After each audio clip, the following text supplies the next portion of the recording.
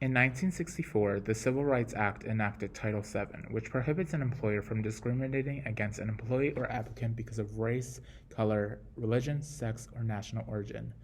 In 1981, however, a legal case called Rogers v. American Airlines did not favor Renee Rogers' claim that argued that her employer discriminated against her as a black woman through a grooming policy that prohibited employees who had customer contact from wearing all braided hairstyles.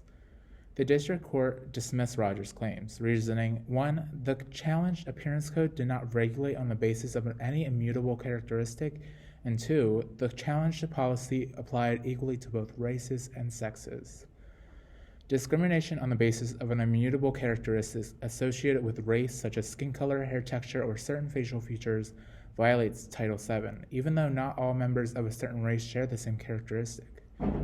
How can one argue that their policy did not regulate on the basis of any immutable characteristic, when it did in fact regulate on black textured hair? Reasoning that Rogers' claim had not regulated on the basis of any immutable characteristic is dismissing the fact that the employer is in fact discriminating on the basis of hair texture. Rogers, who had been a flight attendant for American Airlines, for whom she worked for 11 years, sued her employer when they demanded that she not wear her hair in a cornrow style, and instead asked her to wear her hair in a bun, a traditional hairstyle white women wore in the workplace. 11 years loyal to her employer, and Rogers still is discriminated against by her workplace policies? Renee's argument was based on the policy that banned her from wearing braids at work, calling it discriminatory on the foundations of race and sex. What the court doesn't account for is an intersectional framework in our hearings.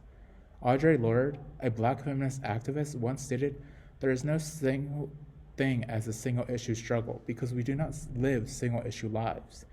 Even today, black women face certain challenges in the workplace because their identities as black and a woman are not fully accounted for. Time and time again, black women are judged and evaluated in the workplace due to stereotypical understandings of black people and of being a woman. According to a survey by Essence magazine released in 2019, 45% of black women say the place they most often experience this double-layered hints of racism and sexism in their lives is in fact the workplace. This is important to understand because of the fact that not only do women face systemic discrimination based on gender in the workplace, but black folks are also discriminated based on race. And therefore, Renee Rogers should have been evaluated and seen through the overlapping oppressions of race and gender combined that attribute to her full identity. In 1981, things were differently understood, though. The trial court quickly dismissed Renee's argument of sex discrimination as they try to say how grooming policy at issue applies to both men and women. Here they say how a man with longer hair would also not be permitted to wear an all-braided hairstyle. Though Renee's argument fell on the limits that her employer had on her as a black woman, we can see how the court avoids intersectionality, the term coined by Kimberly Crenshaw. The reasoning that the court argued race and sex separately is wrong and unjustified.